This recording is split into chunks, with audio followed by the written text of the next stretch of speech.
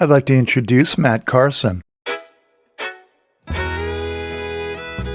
Something about it when it hit my ear was like the most pleasing thing I'd ever heard. Matt is a musician. And I thought, I got to figure out what's doing that and how that's being done. I can't stand to see Writing, performing, and releasing dozens of songs, achieving success through hard work and perseverance. My mom was 100% of the opinion that if you want it, you can do it, and there's no reason not to. His face.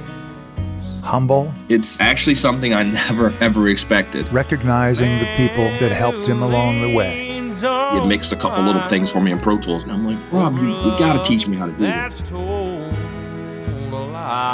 And now, I always say that I'd rather play for a room of 40 people who want to hear me than 500 who don't care what I'm singing about. joining Jeff Thompson and myself in the Blind Abilities studio, let's meet Matt Carson. Lord, it tears me up to see a grown man cry.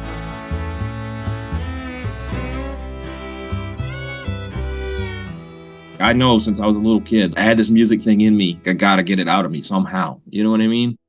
Welcome to Blind Abilities. I'm Jeff Thompson. And I'm Pete Lane. Our guest on Blind Abilities today is Matt Carson. Matt is a musician, a singer-songwriter who has written, recorded, and released dozens of songs, a full-length album, and most recently, an EP that we hope to see released in the not-too-distant future. All of Matt's music speaks of real-life experiences, songs about pain, hardship, and tough times. But Matt is and does other important things in his life. He's a married father of 4, and his day job is that of an assistive technology specialist. And by the way, Matt's blind. Let's welcome Matt into the Blind Abilities studio. Good morning, Matt. How are you this morning? Good morning, guys. I'm doing well. Welcome. Matt, it's so nice to have you on here. I was so intrigued when I hear that you're a user of Pro Tools. It's one of those things, it's an industry standard, and I was like, you got my attention right away, and then I started listening to your music and the instruments that you play, nearly all of them. Such a talent. Great to have you on here. Absolutely. Thank you. Pleasure to be here. Well, Matt, why don't we kick us off by giving us a description of your visual situation? Yeah, so I'm totally blind. I was born blind. Grew up in South Carolina, went to public school, graduated 16th in my class out of 700 kids, which was pretty cool. And moved off to Ohio and started college up here. And I thought I'd be here for 4 or 5 years. It'll be 24 years in January, 24 years later. I'm still here. Funny how that happens. Yeah. Yeah, exactly. What school did you go to? I went to Cleveland State. I met a friend. I got a seeing eye dog in summer of 1998. I grew up in a small town. So you go to New Jersey and you're in the big city and it was like, oh, I don't want to go back to a small town, you know? And so I went up to Cleveland and hung out with some friends that I had met at the school. And I was like, yeah, this is more for me. Well, mostly accessibility and getting around. Especially in the early 2000s, right? Like just to be able to walk 10 blocks and get, Starbucks was the new rage at the time. Mm-hmm. So, be able to get to the Starbucks or find your favorite deli or whatever, much different experience, much different lifestyle. What led you into music, playing instruments? I started playing when I was about 6 years old. My uncles played in church and different things. And I remember hearing one of my uncles play lead guitar. And I thought, I got to figure out what's doing that and how that's being done. Like something about it when it hit my ear was like the most pleasing thing I'd ever heard, Mm-hmm. So started playing in church with those guys when I was about 12 or 13 years old. And we actually traveled around playing Southern gospel for like 6 years. That was a blast. I bet. When I moved up here, I just kept playing. Who's your best advocate? I mean, 17th in your class of 700. Someone had to be pushing you along in your childhood to get you motivated to, probably take out the trash, responsibilities. And, where'd that ethic come from? Oh, my mom. My mom she was 100% of the opinion that if you want it, you can do it. And there's no reason not to. She told me just go do things. And so, I was 7 years old and we had older neighbors in the neighborhood we lived in, and I'd go take out their trash for them or whatever. And they'd pay me a quarter, a lot of money back in 1988 or something like that. But, but you know what I mean? She always just said, hey, if you want to do it, you got to at least try it. She let me play football. No kidding. I played football for just a little bit. I punted. I tore up my ACL in my elbow. She let me wrestle in high school. She encouraged me. She bought me my first guitar, told me, play. She took me in my first guitar lesson. I left and I said, they didn't teach me enough today. And she says, fine, or teach yourself then. So she always, and still to this day, I'll get a text. Oh no, you just, whether I'm bummed or this isn't going right or this is going not well or whatever. She's always like, well, just do it. What have I always told you? So yeah. I can't say enough about how she just really, they tried to put me in School for the Blind, and nothing against School for the Blind or anything like that. But her advocacy was no. I want him in public school just like anyone else. So we toured the place. She says, well, do you want to try it? And I said, yeah, I want to try it. I tried it for one day. I said, nope, that's not for me. And the next morning she had me back in regular first grade classes. So, well, good for you. Now, you said you played a little football. Did you say you punted? I did. I was a punter. I'm wondering how you received the snap from center. Yeah, it was literally just a lot of communication, and you had to put it right where you had to put it. Yeah. Yeah. I mean, we were only, 12, 13, 14 years old. Sure.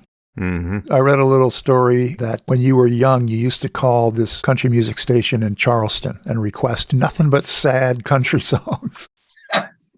They finally got to the point where they said, well, we're not going to take any more requests from you, young man, until you come in with a good upbeat country song. Yeah, he says you have to request something upbeat tonight. And he knew who it was before I just said, hey, I was hoping to hear. And he says, Matt, you have to request an upbeat song tonight. Yeah. And I said, well, what about such and such? He said, that's not upbeat. And so I started arguing with him. He says, I'm not going to argue with you. Yeah. I'm the DJ here. And so I did request an upbeat song. I requested God Bless Texas by Little Texas, and nothing against them, but I didn't want to hear that night. Man. He played it, and then I called back about an hour and a half later, and I requested something by Dwight Yoakam. I think it was The Heart That You Own or something, something sad like that. And he relented, and he played it for me. Oh, man. Reminiscence of Buck Owens from Dwight. Absolutely. Wanna know how. Hey, Matt, you learned to play the music, the instruments. In fact, on your album, No Regrets, that was released in 2019, you played all of the instruments with the exception of drums, steel, but everything else.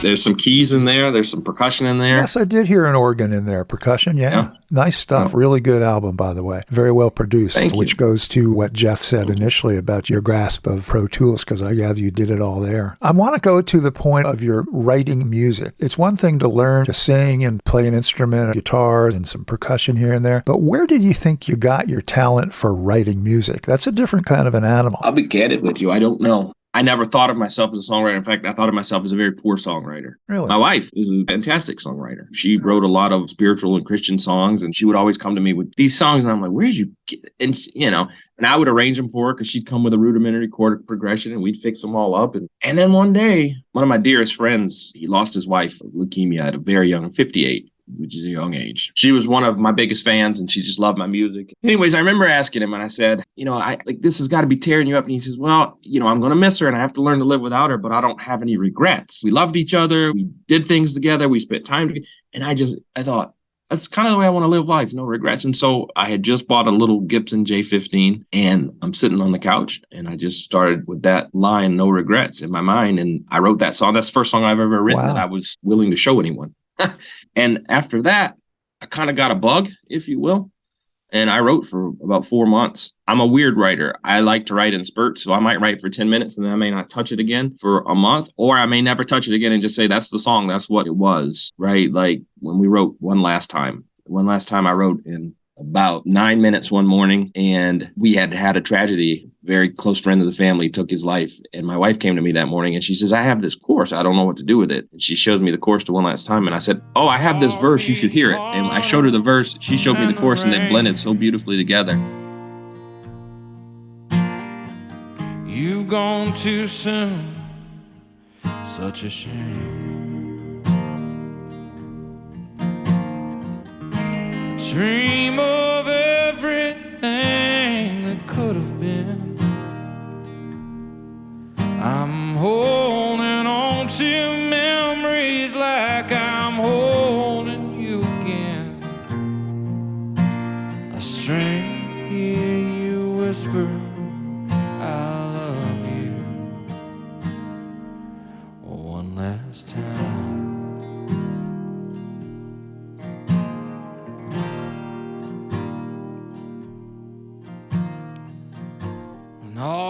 Oh, man. Wow. It was like, yeah, this is it. This is how to do it. And so I've always kind of worked in that realm of writing. Like, I don't think of myself as a great writer. I write what is emotionally available to me when I'm writing. And then I'm not a big, finesser. I'm not going to go back and change a bunch of words, or, you know what I mean? A lot of times it just is what it was. Yeah, it is what it is and what it's supposed to be, and let it alone. Waste of Time. I really like that song, by the way. I made a note of it. It's kind of a down and dirty, nasty electric guitar. I'm gathering you play that, of course. So that was funny. That came literally, I was putting my Les Paul away and I played that opening little. And the line came into my head. I better not say it here, but, I away every cent that I made. I away every cent that I made, living all wrong, chasing a song, trying to find those sounds I kept hearing in my mind. And I was like, yeah, that's a song. I've got to write that right now. So I took the Les Paul back out, plugged it into those pedals, and just kind of heard that sound. And I wrote that. It was the last thing we wrote. And we were like, yep, we got to get that on the album.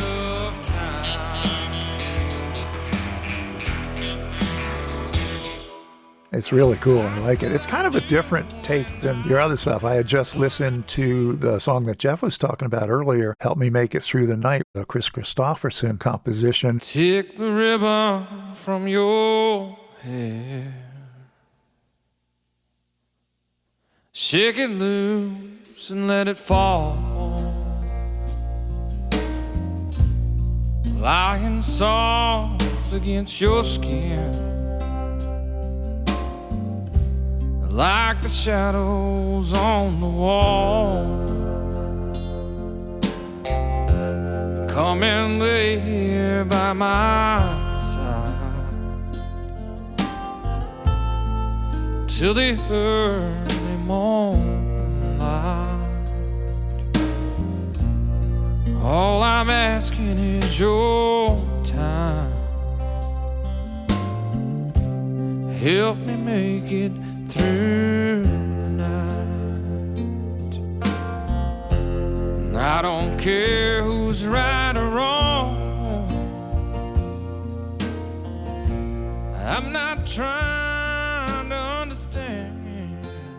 Which is just as mellow and sweet, just really quiet and really nice. So Help Me Make It Through the Night is interesting. I knew I was going to record that. If I ever made an album, I've known since I was 12 years old that song would be on the album, because my uncle Stump, if he ever had a few too many and would come over to the house, he'd say, hey, get a couple guitars. And I'd grab 2 acoustics and we'd sit out in the backyard. And that's the first song we played every single time we played together. So I've known that song would be on the album. Wow, what a memory. Did I hear a nylon string guitar on that one, or am I crazy? Yes, absolutely. Yeah, that kind of peeks out from underneath. It's a really nice blend. And the brushes on the drums, really well done, I got to tell you. So, Matt, your journey through school and then when you went to Ohio, what was that like? I mean, you probably knew you wanted to keep the music going and all that, but your education, I don't think they had singer-songwriter country music degrees.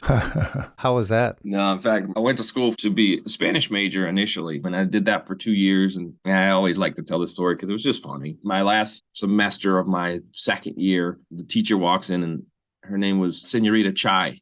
And so she didn't speak enough English and I didn't speak enough Spanish for us to make that semester work well. But at that time, I had taken a British history class from Dr. Manning, who I'll never forget. And he was just so inspiring that I switched to British history. And the next 2.5 years, that was my life. And I loved it. So yeah, that was kind of what I did. And then I got married pretty young. I was 21. My wife was 22. And I realized, I don't know what I'm going to do with history, So I thought of maybe going to law school and blah, blah, blah. And my wife says, oh, yeah, we're having a baby. And I said, well, I got to get a job. Hello. And so I went into the sales field and I did sales for several years. And back in the early 2000s, computer sales were pretty big, mail order computer sales. And I did really well at that. Wasn't enough money. So I moved on to a credit card company. So really good money in lending. And so I did that for a couple of years. And due to accessibility issues, I ended up leaving that job. I worked there successfully for a couple of years, and then we had another baby. And so I went on paternity leave. And when I got back, Jaws worked with nothing. And after a year of kind of just sitting around, I'm hoping they'd fix it. Nothing got fixed. I just kind of moved on and kind of started doing my own thing, doing my own sales for a little bit and just contracting work, and realized 2 things. I realized I want to make sure this doesn't happen to anyone else. So I want to learn as much as I can about access technology and help people. And B, I don't want to work for anybody. So since 2007, I've kind of just done my own contracting work, and that's kind of the way I've operated, which has allowed me obviously to do the music thing because you kind of work your own schedule. Did you have in the back of your head pretty much the whole time that you eventually wanted to get into music as a profession? So I always knew that I wanted to do it. But in the big picture for me, it was hard because like I found the audio editing tools in Windows, like as far as really recording music and producing like multi-track projects, I found it really lacking. And so I would do things and it would just always sounded like garbage. And some of it was obviously engineering skills that I didn't have yet. And some of it was just the technology and the equipment wasn't good, right? And so I always wanted to do it, but I never knew how to do it. And then I had a buddy who went off to CRAS, the recording art school in Phoenix. And then he went off to Nashville. He's sighted, but a very dear friend. He got back from Nashville in like 2010 or 2011. He had mixed a couple little things for me in Pro Tools, and I just heard the difference, right? Like, it was just like, whoa, you were able to do that with these tracks I sent over to you? I think at the time I was using like an Olympus LS100 recorder. I don't know if you guys are familiar with that. Little 8-track guy. Oh, yeah. Handheld. And I would record the tracks in there and send them over to him, and he'd edit them up and put them together, and it sounded great. And I'm like, Rob, you got to teach me how to do this. So I bought a Mac and taught myself voiceover, and he says, well, let's give it a try and see what we can learn. And he spent every evening with me for months. I'm talking till 3 a.m, just teaching me every feature of Pro Tools that he could possibly teach me. And this was back in 2012. And while there was access, it was poor. But I learned it. And then we said, well, let's create some tutorials because other people need to know how to do this. Like, there's got to be other aspiring engineers and people who want to be able to use, like you say, an industry standard Pro Tools. At least it was. So we spent 6 months literally just recording 7 hours of tutorials, recording, editing, and mixing. We put that out, called it Pro Tools with Speech. Welcome to Pro Tools with Speech, an accessible guide to using Pro Tools with VoiceOver on the Mac. I'm Matt Demert. And I'm Rob Polivka. Welcome to ProToolsWithSpeech.com. It did really well. I mean, I think 80, 100 people bought a copy of it. We kept it priced really cheap because I wanted people to actually be able to do this thing. You know, unfortunately, I've got ahead, and it was just once access really got into Pro Tools, it was really hard to keep it up to date because they were changing versions every year, and to update that, the time commitment it would take to re-record those tutorials 4 times was just not tenable. But I'm really proud. I mean, I still have people today that'll write me and say, hey, I wouldn't be using Pro Tools today had you not taught me, because we really went through and taught the nuts and bolts of these are the Pro Tools keystrokes to, you know, start a recording session, record a track, overdub a track, set up a new playlist for a track, how to edit, how to do a very minute edit, how to get this to slip over here. How, you know, we went through how to put a fade on, how to crossfade. We went through painstaking detail, I thought. I have Pro Tools open and running. We have a session running, and I have a selection made.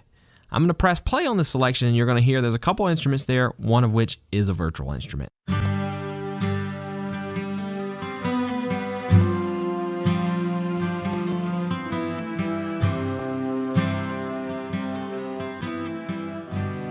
So I'm really proud of what that was. And that started me on this journey of, well, I'll just keep doing it. And this friend was also very instrumental in recording No Regrets. When I mentioned to him I wanted to do this, he was on board 100%. In fact, he went out and bought like $30,000 worth of 500 gear, like full rack of, you know, EQs and compressors. And he helped me mix every bit of this. And we did it actually out of the box, mostly with real hardware. And he taught me how to put my hands on all of that and how to make adjustments. I mean, he's been a huge advocate for me in learning this. I always tell him, because he doesn't do much with sound anymore, and I always tell him I'm eternally grateful.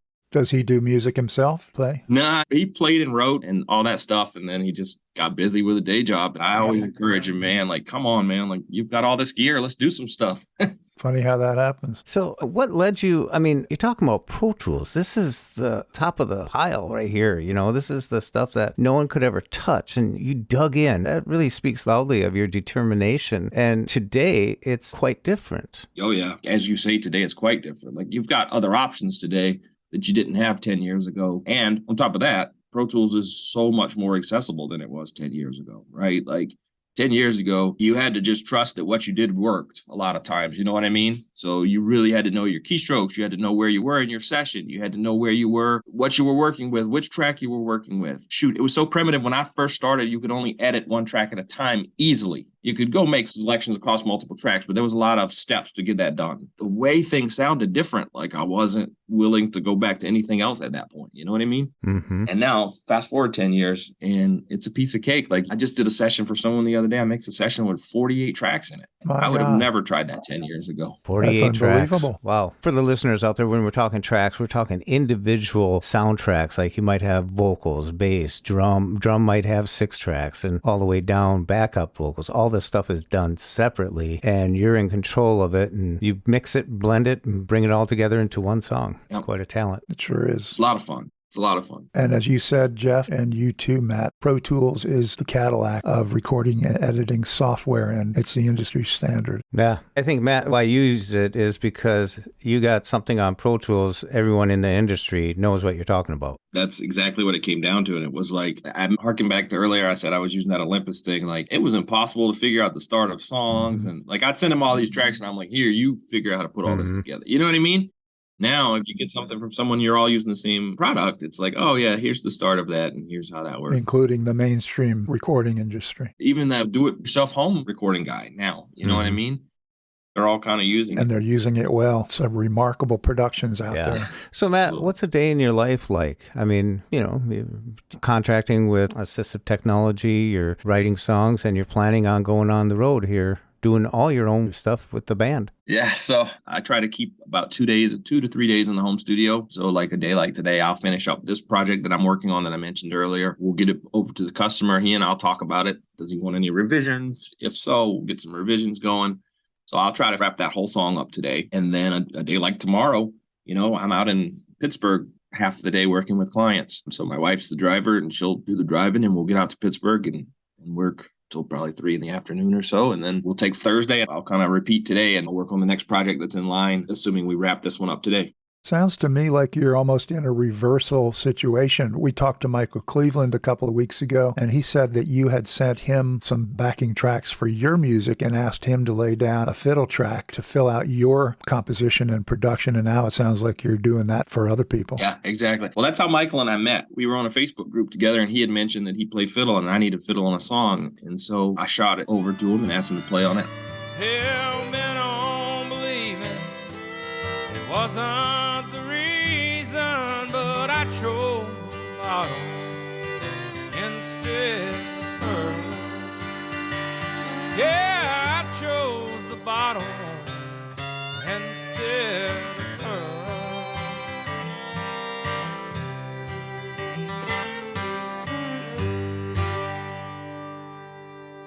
I had to be very honest and embarrassingly, I didn't know who Michael was. And Michael didn't obviously know who I was. And then about 3 days later, we both realized that we were both visually impaired. And so that started just a different conversation. Okay. And then I knew he was recording. I could hear that he was recording on his iPhone because I could hear the double tap stop, you know, at the end of the track when I cleaned it up. And I just said, hey, how are you recording? And he kind of talked me through how he was recording. And he was telling me how it was a pain because he had to do a full take. And so if he messed something up, which, you know, it's Michael, he probably rarely does, but to him, he does because he's an absolute perfectionist. He said, how do you do it? And I said, well, I use Pro Tools. And so that conversation went for about a year. And then he said, you know what? I'm just going to do it. I'm going to buy a Mac and I'm going to learn. And so he came out to Ohio. We spent 3 or 4 days together. And just from 9 a.m. till 5 p.m, I just taught him everything I could possibly teach him in 3 days. Wow. That's how we kind of started working a little bit on this project of mine is he needed some materials to kind of record through. And I kind of pitched him that, hey, I'm kind of looking to do a little EP of covers, and I'd love to change it up a little and do a little bluegrass. And he was more than willing to jump on, and he's played on anything I've asked him to, and just a pleasure to work with. Can you tell us what he's playing on the EP? So he played on every single track. He played on I'm So Lonesome. That's him playing fiddle. He played on Never Go Around Mirrors. He played fiddle and mandolin, and he threw in an acoustic guitar track for me because he said he could just hear it.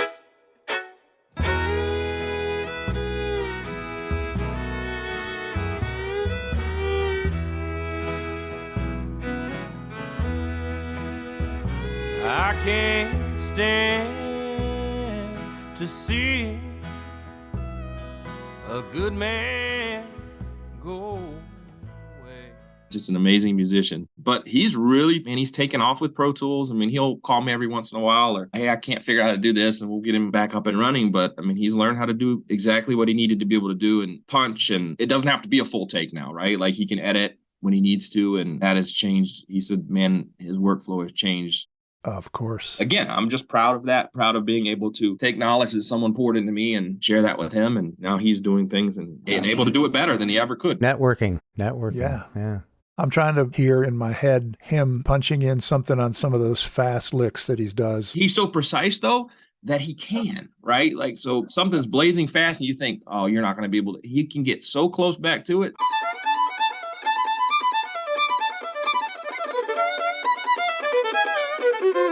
I was blown away. It's a different world than the music in my head, that's for sure. Yeah. By the third day of working with him, I could just tell. I was like, man, he's going to be able to do this. He gets it. Yeah. I taught woodworking to the blind, and once you sit down with someone for a little bit, you can tell that they have a drive, and it's so much easier to teach when someone has their own drive. Right. 100%. 100%. How can people find your music? Our website's mattcarsonmusic.com, and then we're on Spotify and Apple Music and YouTube and all those places. Like I said, we just released a single, I Never Go Around Mirrors. I never go around mirrors.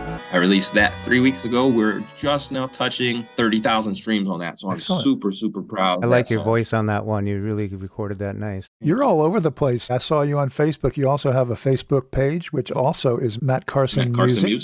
Yeah. And we try to do some live shows over there. Yeah, I saw a live stream of you sitting with your wife and your dogs in the background barking up a storm. It's a new one I wrote 5 or 6 months ago, but we've been playing it out and people love it. So I'm going to try it on you guys. It's called Here I Am.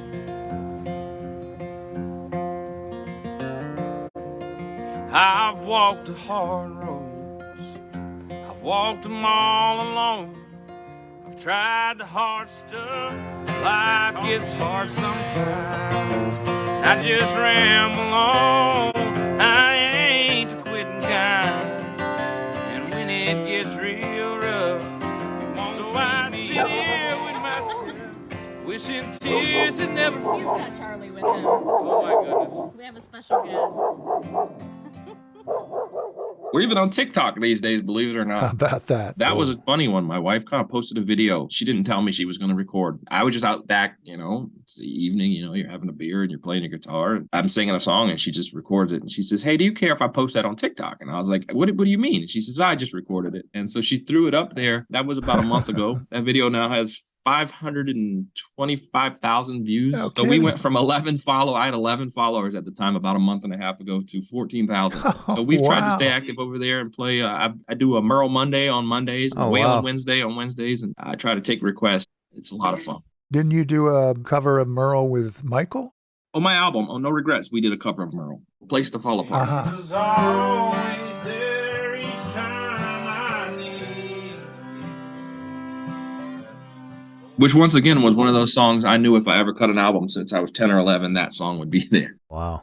What's it like, Matt, today to be doing what you thought you wanted to do at 12 and now you're realizing this dream? It's funny because I always used to say, I don't want to look back at 45 and say, what if? Right. And so I turned 42 years ago and I said, I'm just really going to do this. Like, we've traveled all over the past 2 years. Like, I've played little honky tonks in Kentucky and Ohio and West Virginia, and the fact that people respond to what it is we're doing. We just played like a little winery on Saturday, a listening room. And the fact that 45 people would show up to hear me play and sit silently while I play music and clap after every song and want to talk to me on breaks to talk about that song that you sang about such and such, or that original you wrote about blah, blah, blah. It's actually something I never, ever expected. And I always tell people, like, I'm not looking for fame and fortune, and everybody's big time is different, right? I don't need to play for 1,000 people. I always say that I'd rather play for a room of 40 people who want to hear me than 500 who don't care what I'm singing about. You know what I mean? Yeah. But it is fun, man. It's exactly what you said. It was like, I just decided I've got to at least try it, and I got to try it hard for a couple years and see what happens. Regrets. No regrets. Like, I always say my purpose in life was to help people and to make music. Like, I know since I was a little kid, I had this music thing in me. I got to get it out of me somehow. You know what I mean? So just getting a chance to play is, my steel guitar player, 73 years old, and he's turned into my best friend. We do a lot of duo shows together, and it is the funnest 2 hours of my life. It is just amazing. Sounds like those words from your mom long ago have stuck with you. She's probably pretty proud. She should be. Well, I hope so. She's going to keep you going. That's the other thing. She's not going to let up. We've been talking with Matt Carson. Matt, we really appreciate you taking some time for us today. Matt, thank you so much. Hey guys, thanks so much for having me. It's my pleasure. I play this guitar, but I'll sing these love songs for you. Jeff and I want to thank Matt Carson for joining us today in the Blind Abilities studio. Check out Matt, his music, and his touring schedule on his website at www.mattcarsonmusic.com. You can find him on Facebook and all the other social media platforms at Matt Carson Music. And as usual, check us out on our website at www.blindabilities.com. Thanks so much for listening, and have a great day. When it's all said and done, no regrets. Let's have no regrets. When we share what we see through each other's eyes, we can then begin to bridge the gap between the limited expectations and the realities of blind abilities.